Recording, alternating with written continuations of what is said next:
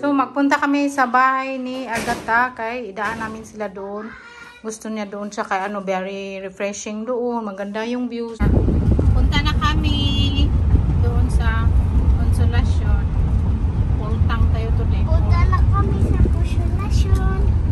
Pag-hi Agatha. Pag-hi Agatha. Hello, welcome to my vlog. Oh my god, it's not my vlog. It's my sister's vlog. So no. Iyay. Tingnan nyo yung paview namin. Oh, pamilya. View, di man niya dito tatong view. Oy! Kay Rikat na lang to kay. Consolacion na tayo. Gusto tayo guys. Ang low drive mo pa, kailangan di ka mo gas more. Low drive na ko dre. May trains there na.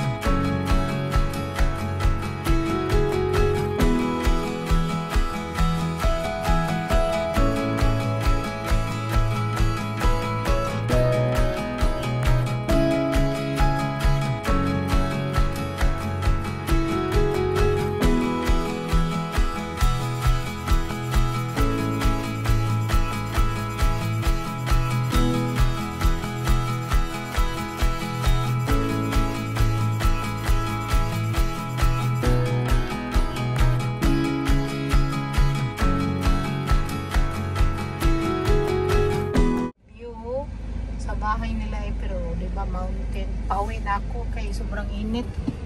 Nagano lang ako dito, nag-backing ba dito ko backing kay walang space doon. Punta sana kami natin siya doon sa SM, kaya lang close pala yung mga store kay ano ba, Hoy Bisanto close, nakalimutan ko, kaya pala wala talagang traffic dinat ko lang sila doon. Magkain ako kasi kaya naman ba nga nagpletong buwad yung mama ko. Tapos may natirang pansit, magkain ako. Mamaya magluto ako ng isda paksiw. Kain tayo!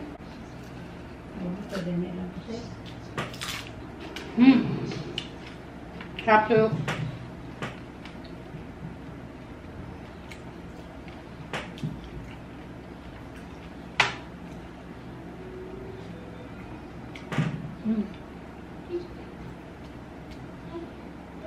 Hi everyone! Kumusta kayong lahat? Today is Good Friday. Sita iglesia kami ng ate ko. Kaming lang dalawa. Si Agatha nandun man sa bahay nila doon sa Consolacion. Tapos, si Ate Shana at yung mama ko dito lang kasi sobrang init ba. Yung mama ko hindi siya makano sa paglakad-lakad. May kasama yung mama ko. So, puntahan ko yung ate ko sa bahay nila. Tapos, magbisita iglesia tayo. So, samahan nyo kami. Doon sa kanila. Diyan na lang sa may skinas para hindi na ako magliko-liko kasi yung asawa niya trabaho din, kahit Holy Week trabaho, pero walang traffic. Syempre walang traffic no, kay kuan man Bernie Santo. Dito kami mag-una sa Santo Niño Mactan, may Mactan New Town. Sobrang init pa din kahit alas 4 na. Diyan may mga kondo. Ang daming tao sa simbahan, so pinark namin doon sa may malapit sa McDo yung sasakyan. Kaya walang parkingan na sa loob, puno. Dito na naman kami ngayon sa Carmelite. So pangatlong simbahan na to yung napuntahan namin. So, yung ate ko pumasok na, ang daming tao din. So, nandito na naman kami sa simbahan ng Mandawi. Malaki yung simbahan nila dito. Yung ate ko, pinauna ko nasa loob na. Kaya nag-park pa ako.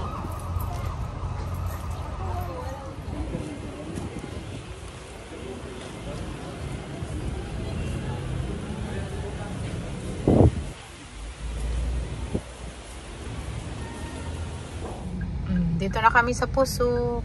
Gabi na dito. Pero, tatlong simbahan pa yung pupuntahan namin. So, sa Pusok na simbahan na naman yung sa sunod. Tapos yung Beren sa Riglal. Tapos yung sa Pahak. So, nandito na ako sa Mactan Town Center. Hinatid ko na yung ate ko. At wala pa akong dinner ba? Ano na dito? 8:30 p.m. So, magbili tayo ng Angel Pizza na lang. Diyan tayo bumili ng pizza, Angel Pizza. Masarap yung doon nila. Gusto din ni Saki yung pizza nila. Tapos, open din yung McDo. Hindi lahat open dito yung McDo. Tapos, dyan yung unlimited wings, rice and fries open. Yun lang yung open.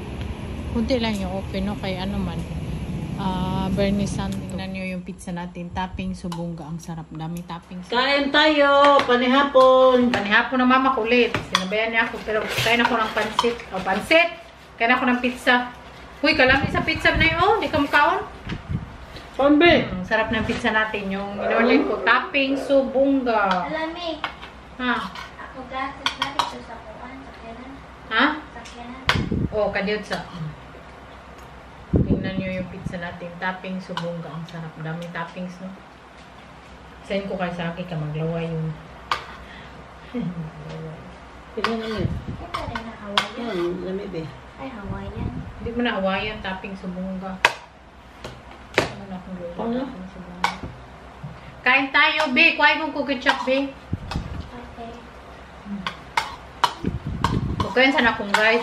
Tapos, pinakso na isda yung yellow pin.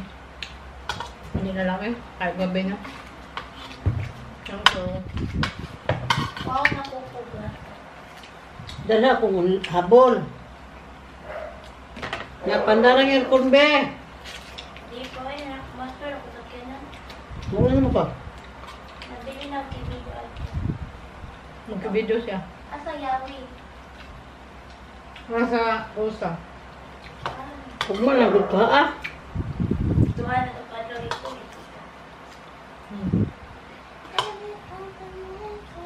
Nagutom ako kakadrive, ano. Itong simbahan yung pinuntahan namin. Bisita English. Kami lang daw lang kasi ko. Tapos sinatid ko muna siya sa bahay niya. Dinrap ko lang kasi gabi na. Hindi na ako nagpasok sa kanila. Ikaw inagabi. Dito siya, nandito man siya matulog. Ihatid ko siya sa kanila. Sunday na, kasi Monday may klase siya. Pandaran lang aircon nito naka. Okay. Chika tayo. Kasi ang dami nagtatanong, bakit daw ako nag-alaga ni April, ganun, ganun. Ang nag-alaga sa kanya, no, hindi po ako pinilit. Naalagaan ko siya, ganyan kasi ako na tao ever since naman umuwi ako sa Pilipinas. Gusto ko akong magluto, maglinis, ganyan. Kagustuhan ko po yan lahat, no. Hindi pa ako pinilit, ganyan. Ganyan talaga ako pag nandito ako sa Pinas. Gusto kong alagaan ko yung pamilya ko kasi most of the time naman nasa Netherlands ako. So, pag nandito talaga ako, sinusulit-sulit ko na ako magluto, ganyan. Basta mga gawaing bahay ba, gusto kong magluto sa mama ko, basta sa kanilang lahat, ganyan ako na tao. Char. Imot na naman tayo, no? Anyway, apart from that, sa mga nagtatanong din kung matutuloy ba yung kasal namin ni Saki, syempre po matutuloy, no? Kasi kawawa din naman si Saki kung hindi ko uwiin sa day ng kasal namin. Baka sabihin ni Saki, hindi ko siya mahal or ano-ano. Mahal na mahal ko po yan si Saki at alam niya yan.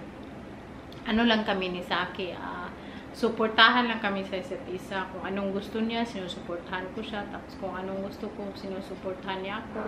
Tapos mahaba ang pasyensya namin sa isa't isa. Kasi ang tagal na namin, so kilala na namin yung isa't isa. Kahit anong bahit tuto, kilala namin. So, kaya gaya ng sabi namin noon na may mga ano din kami, no? May mga trials at mga pinagdaanan sa relasyon namin noon. May up and down, ganyan, ang hirap. So, kaya umabot kami sa ganito katagal kasi pinili man namin na magstay kami together kasi mahal namin yung isa't isa. So, pinili namin kasi sa isang relasyon, ano naman, no, kanang nasa inyo naman dalawang desisyon unless kung hindi nyo na mahal ang isa't isa. So, dapat talaga i-let go nyo yung isa't isa. Pero sa amin kasi ni Saki, mahal namin yung isa't isa. So, kahit yung mga struggle namin noon na very hard talaga at mahal namin yung isa't isa. So, mapapag-usapan naman yan. Kasi mahal niyo yung isa't isa. So, piliin nyo talaga na kayo ang magsama habang buhay. Mag-uwi po ako next month na, kasi next month na yung kasal namin ni Saki. At nagtanong din yung kaibigan ni Saki kung mag-uwi ba ako ba, kasi nag-alala din siya kasi siyang witness. So nag-alala din siya kung mag-uwi ba ako. Sabi ko, mag-uwi ako. At anytime naman, pwede naman akong bumalik dito sa Pinas. Saki, very understanding yan. It comes with my family talaga kasi gaya ng sabi niya noon sa akin, natutunan niyang magmahal nang dahil sa akin. Kasi noon talaga, sabi niya sa akin, hindi daw siya marunong magmahal ba sa mga exes niya, ganyan, ano lang ba, hindi talaga kagaya yung pagmamahal namin. Kaya din, minahal niya yung pamilya ko. Kung mahal niya ako, minahal din niya yung pamilya ko. Kaya sabi nga niya noon, very thankful daw siya. Kasi natutunan niyang magmahal very deep daw sa akin. Nakita daw niya sa akin yung tunay na pagmamahal. Kasi kung gaano ko kamahal yung pamilya ko, ganyan. Kaya very happy din ako. Minahal niya yung pamilya ko. At nagtatawagan din kami everyday kasi sabi niya na-miss niya na ako. Sabi ko, na-miss ko din siya, no? Every single day naman na-miss ko siya kasi sanay ako matulog na may katabi talaga. Minsan, may mga times na mahirapan ako magtulog. Very ano talaga yan siya sa akin, si Saki. Kantahan niya ako yung kanta na pang baby. Kahit baby, damulag na tayo. So, kantahan niya ako mga lullaby na kanta, na pang patulog. Yung mga times na hindi ako makatulog minsan. Sa mga, mga hard times, may mga problema. Gaya ngayon. Inconsiderate yung pa-video today. Sana sagot ko yung mga question niyo about sa mga ibang question dyan, hindi ko na elaborate. Ako makialam no sa relasyon ng kapatid ko kasi ano niyan ba, wala akong right na makialam at sumagot. Kaya kung anong nakikita nyo din, yun na po. So, hindi po ako wala akong right na magsalita. Wala akong right na makialam kasi buhay po nila yan. Kahit nandito po siya nakatira sa amin, may buhay din po sila. Ayaw ko makialam. Kaya noon din, nung umuwi ako dito, hindi ko po sinabi na umuwi ako dahil kay Agatha kasi operahan siya. Hindi po ako nagsabi kasi tinanong ko po muna siya kung okay lang ba sa kanya na sabihin ko ang dahilan bakit ako umuwi. Tinanong ko muna siya kasi ayaw kong pangunahan bitaw yung tao. Ayaw ko ng ganyan. Ayaw kong, kasi buhay nila yan eh. Kahit kapatid ko pa siya, ayaw kong paunahan. Hindi ako ganun na tao. Kaya nag-aas talaga ako ng permission, no? At kahit ano din, kahit yung kapatid, kahit yung, pero sa Agatan, kita nyo naman sa video, kahit yung ate ko or yung ibang tao, yung makita nyo sa video, before ko sila ilagay sa camera, mag-aas muna ako, okay lang ba ilagay kita sa video? Kung sabihin okay, tapos kung hindi. Talaga ako magtanong kasi ayaw kong ilagay sila agad ba, tapos mahiya na magsabi, ayaw ko sa camera. So, mahiya na sila ba kasi kilala mo. So, ayaw ko yung ganun. Kaya tinatanong ko talaga yung mga taong nilalagay ko sa camera. Especially like, may makita akong subscriber. Sabihin ko, ilagay kita sa camera. Tapos may ibang subscriber na, wag kasi mahiya. So, ganun ako. Ayaw ko yung pabigla-bigla na i-video yung mga tao. Ayaw pala sa camera. Anyway, haba na yung chika natin. So, yun ko na siguro yung ating vlog today. Naantok din ako. At napagod. So, thank you so much for watching everyone. And see you again in my next video. Bye-bye. We love you. Maraming salamat sa support namin kayo. Bye! Love you!